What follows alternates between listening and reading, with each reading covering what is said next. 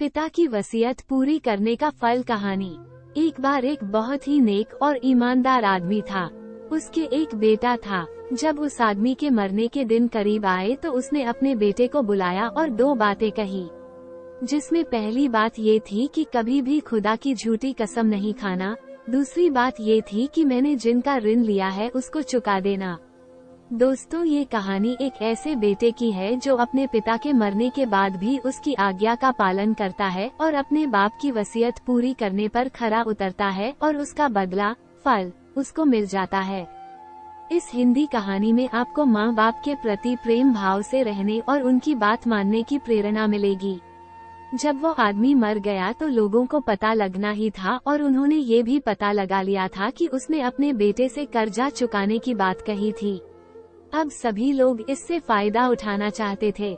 जब लोगों ने ये सुना तो बहुत सारे लोग उसके बेटे के पास आए और कहने लगे कि तेरे पिताजी के ऊपर हमारा इतना कर्ज है।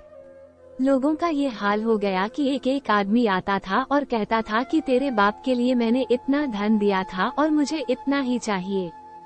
बहुत से लोग झूठा दावा करते कि मेरा भी कर्ज है, मुझे भी दो। वो उनको उतना ही धन दे देता। ऐसे ही कुछ दिन तक चलता रहा, यहाँ तक कि उसका सारा धन अपने पिताजी के ऋण चुकाने में चला गया और वो बेचारा गरीब हो गया। जब उसके पास एक कुछ भी नहीं बचा तो वो अपने पत्नी और बच्चों को लेकर निकल खड़ा हुआ और नदी में नाव पर सवार हो गया। अब वो करता भी क्या, यही उसके पास एक रास्ता बचा था। उस पर लोग जुल्म कर रहे थे और जबरदस्ती उससे कर्ज मांग रहे थे। अब वो अपनी बीवी और दो बच्चों के साथ नाव में सवार होकर जा रहा था। खुदा का हुक्म ये हुआ कि अचानक नाव टूट गई और उसके तख्ते अलग हो गए। वो चारों अलग अलग तख्ते पर बहने लगे। भयंकर तूफान की वजह से हर एक आदमी अलग अलग दिशा में जा पहुंचा। अब यह आदमी जिसने दावेदारों के जुल्म से तंग आकर वतन छोड़ा था, एक द्वीप में जा पहुंचा जहां पर कोई आदमी नजर नहीं आता था। वह बहुत हैरान और परेशान था। अचानक एक आवाज आई कि ऐ माँ बाप के साथ एहसान करने वाले, खुदा चाहता है कि तुझे खजाना मिले, तुम फलां जगह पर जाओ और खजाना निकाल लो। उस आदमी ने ये पूरी आवाज सुनी और बताई हुई जगह पर पहुंचा तो वाकई में खजाना मिल गया। फिर खुदा ने कुछ आदमी कहीं से उसके पास भेजे, उनसे उसने अच्छा बर्ताव और स्वागत किया। जब उसकी आवभगत और शिष्टाचार की खबर आसपास के इलाकों में फैली तो उसके अच्छे व्यवहार के कारण वो दूर दूर तक प्रसिद्ध हो गया और आसपास के लोग आने लगे और जो आते गए वहीं पर बसते गए, यहाँ तक कि वो द्वीप बड़ा शहर बन गया। वो आदमी उस शहर का बादशाह बन गया। जिस तरह उसकी खबरें सुनकर और आदमी आते थे, उसके बड़े बेटे को भी इस बात का पता चला कि एक आदमी जो बहुत ही दयालु और प्यार प्रेम वाला है, जिसकी वजह से एक सुनसान द्वीप शहर बन गया। ये सुनते ही वह भी उस द्वीप की तरफ चल दिया। मंजिल तय करता हुआ जब वो उस द्वीप में पहुंचा तो उसकी मुलाकात बादशाह से हुई। उस बादशाह ने उसकी बहुत बढ़िया इज्जत की और अपने खास लोगों में शामिल कर लिया, मगर बाप बेटे एक दूसरे को पहचान नहीं सके। इसी तरह जब उसके दूसरे बेटे को खबर हुई और वह भी बादशाह के पास आ पहुंचा, उसको भी बादशाह ने अपने खास लोगों में शामिल कर लिया।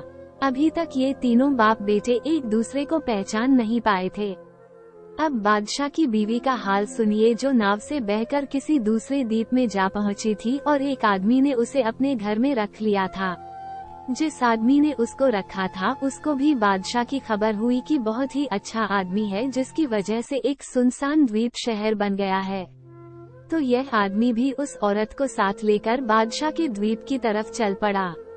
जब द्वीप के करीब पहुंचा तो औरत को नाव में ही छोड़ दिया और कुछ नजराने लेकर बादशाह की खिदमत में हाजिर हुआ।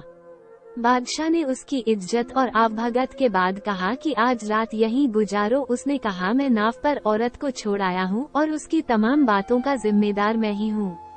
बादशाह ने कहा, उसकी सुरक्षा के लिए मैं 2 आदमी भेज देता हूँ और उन्हीं दोनों भाइयों को हुक्म दिया कि वह जाएं और रात भर उस नाव में बैठी औरत की रक्षा करें।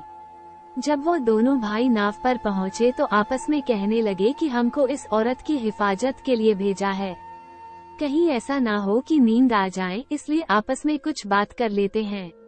एक ने कहा कि अपनी जिंदगी की अब तक का हाल सुनाए ताकि नींद नहीं आए और रात भी कट जाए। तो एक ने पहले अपना किस्सा शुरू किया और अपनी पूरी दास्तान सुना गया कि हम 2 सगे भाई थे, दूसरे भाई का यही नाम था जो तुम्हारा है। हमारा बाप हमको और हमारी माँ को साथ लेकर नाव में सवार हुआ। खुदा की कुदरत, नाव टूट गई और हम सब बिखर गए। खुदा जाने कौन कहाँ कहाँ पहुँचा। जब ये किस्सा दूसरे ने सुना तो पूछा कि तुम्हारे बाप का क्या नाम है। उसने अपने बाप का नाम बता दिया। फिर पूछा तुम्हारी माँ का क्या नाम है, तो उसने अपनी माँ का नाम भी बता दिया। इतना सुनते ही दोनों एक दूसरे को पहचान गए और दौड़कर एक दूसरे से लिपट कर कहने लगे, रब की कसम तू तो मेरा भाई है।